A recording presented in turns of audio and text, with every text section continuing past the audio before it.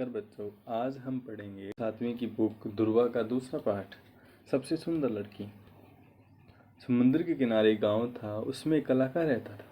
वह दिन भर समुद्र की लहरों से खेलता रहता, जाल डालता और सीपियाँ बटोरता।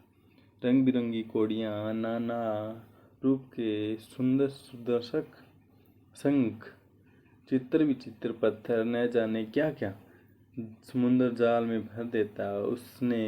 वह तरह तरह के खिलौने तरह तरह की मालाएं तैयार करता और पास के बड़े नगर में बेच आता। उसका एक बेटा था, नाम था उसका हर्ष। उम्र अभी 11 की भी नहीं थी, पर समुद्र की लहरों में ऐसे घुस जाता जैसे तालाब में बतख। एक बार ऐसा हुआ कि कलाकार के एक रिश्तेदार का मित्र कुछ दिन के लिए वहां छुट्टी मनाने आया। उसके साथ उसकी बेटी मंजरी भी थी। कोई होगी 9-10 वर्ष की, पर थी बहुत सुंदर, बिल्कुल गुड़िया जैसी। हर्ष बड़े गर्व के साथ उसका हाथ पकड़कर उसे लहरों के पास ले जाता। एक दिन मंजरी ने चिल्लाकर कहा, तुम्हें डर नहीं लगता? हर्ष ने जवाब दिया, डर क्यों लगेगा, लहरें तो हमारे साथ खेलने आती है। और तभी एक बहुत बड़ी लहर दौड़ती हुई हर्ष की ओर आई, जैसे उसे निगल जाएगी। मंजरी चीख उठी, पर हर्ष तो उछलकर लहर पर सवार हो गया और किनारे पर आ गया। मंजरी डरती थी, पर मन ही मन भी चाहती थी कि वह भी समुद्र की लहरों पर तैर सके। उसे यह तब और भी जरूरी लगता था जब वह वहाँ की दूसरी लड़कियों को ऐसा करती देखती, विशेषकर कनक को, जो हर्ष के हाथ में हाथ डालकर तूफानी लहरों पर दूर निकल जाती थी। वह बेचारी थी, बहुत गरीब थी। पिता एक दिन नाव लेकर गए तो लौटे ही नहीं। माँ मछलियाँ पकड़कर किसी तरह 2 बच्चों को पालती थी। कनक छोटे छोटे शंखों की मालाएं बनाकर बेचती। मंजरी को वह लड़की जरा भी नहीं भाती। हर्ष के साथ उसकी दोस्ती तो उसे कतई पसंद नहीं थी। एक दिन हर्ष ने देखा कि कई दिन से उसके पिता एक सुंदर सा खिलौना बनाने में लगे हैं। वह एक पक्षी था जो रंग बिरंगी सीपियों से बना था। कुछ देर तक देखता रहा, फिर पूछा, बाबा, यह किसके लिए बनाया है?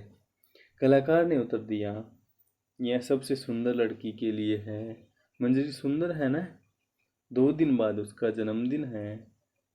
उस दिन तुम इस पक्षी को उसे भेंट में देना। हर्ष की खुशी का पार नहीं था। बोला, हाँ हाँ बाबा, मैं यह पक्षी मंजरी को दूंगा। और वह दौड़कर मंजरी के पास गया, उसे समुद्र के किनारे ले गया और बातें करने लगा। फिर बोला, 2 दिन बाद तुम्हारा जन्मदिन है? मंजरी बोली, हाँ, पर तुम्हें किसने बताया? हर्ष बोला, बाबा ने। हाँ, उस दिन तुम क्या करोगी? सुबह उठकर नहा धोकर सबको प्रणाम करूंगी। घर पर तो सहेलियों को दावत देती हूँ, वे नाचती गाती हैं और इसी तरह बातें करते करते वे न जाने कब उठे और दूर तक समुद्र में चले गए। सामने एक छोटी सी चट्टान थी। हर्ष ने कहा, आओ छोटी चट्टान तक चलें। मंजरी काफी निडर हो चली थी, बोली, चलो। तभी हर्ष ने देखा, बड़ी चट्टान पर बैठी है कनक बड़ी चट्टान पर बैठी है। कनक ने चिल्लाकर कहा, हर्ष, यहाँ आ जाओ। हर्ष ने जवाब दिया, मंजरी वहाँ नहीं आ सकती, तुम इधर आ जाओ। अब मंजरी ने भी कनक को देखा, उसे ईर्ष्या हुई। वह वहाँ क्यों नहीं जा सकती? वह क्या उससे कमजोर है? वह यह सोच ही रही थी कि उसे एक बहुत सुंदर शख्स दिखाई दिया। मंजरी अनजाने ही उस ओर बढ़ी।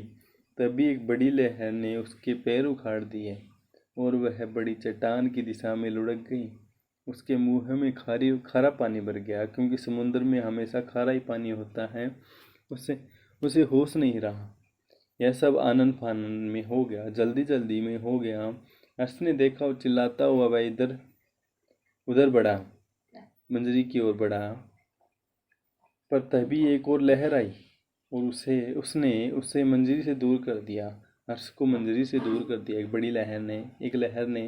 अब निश्चित था कि मंजरी बड़ी चट्टान से टकरा जाएगी, परंतु उसी क्षण कनक ने कुदर लहर और मंजरी के बीच कूद पड़ी और उसे हाथों में थाम लिया। कनक ने क्या किया कि कुदर यानी कि एक लहर और मंजरी के बीच कूद पड़ी और उसने मंजरी को अपने हाथों में उठा लिया।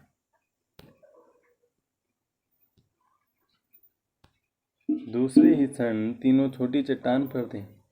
कुछ देर हर्ष और कनक ने मिलकर मंजरी को लटाया, छाती मली, पानी बाहर निकल गया। उसने आंखें खोलकर देखा, मंजरी ने आंखें खोलकर देखा, उसे जरा भी चोट नहीं लगी थी, पर वह बार बार कनक को देख रही थी, क्योंकि मंजरी को उसने बचाया था। अपने जन्मदिन की पार्टी के अवसर पर वह बिल्कुल ठीक थी। उसने सब बच्चों को दावत पर बुलाया। दावत पता है ना, पार्टी खाने के लिए जो घर पर बुलाते हैं किसी को, उसको दावत बोलते हैं। सभी उसके लिए कुछ न कुछ लेकर आए थे। सबसे अंत में कलाकार की बारी आई। कलाकार, उसने कहा, मैंने सबसे सुंदर लड़की के लिए सबसे सुंदर खिलौना बनाया है। क्या आप जानते हैं वह लड़की कौन है? वह है मंजरी। सबने खुशी से तालियां बजाई। हर्ष अपनी जगह से उठा और बड़े प्यार से वह सुंदर खिलौना उसने मंजरी के हाथों में थमा दिया। सुंदर खिलौना वही जो उसके बाबा बना रहे थे सीपियों से, रंग बिरंगी सीपियों से। मंजरी बार बार उस खिलौने को देखती थी और खुश होती। तभी क्या हुआ, मंजरी अपनी जगह से उठी। उसके हाथ में वही सुंदर पक्षी था जो सीपियों से बनाया गया था। वह धीरे धीरे वहां आई जहां कनक बैठी थी। उसने बड़े स्नेह भरे स्वर में उससे कहा, स्नेह मतलब प्यार भरे स्वर में उससे कहा, यह पक्षी तुम्हारा है, सबसे सुंदर लड़की तुम हो। और एक ही क्षण तक सभी अचरज यानी कि हैरान अचरज से दोनों को देखते रहे। फिर जब समझे तो सभी ने मंजरी की खूब प्रशंसा की। कनक अपनी प्यारी प्यारी आंखों से सब मंजरी को देखे जा रही थी और दूर समुद्र में लहरें चिल्ला चिल्ला कर उन्हें बधाई दे रही थी।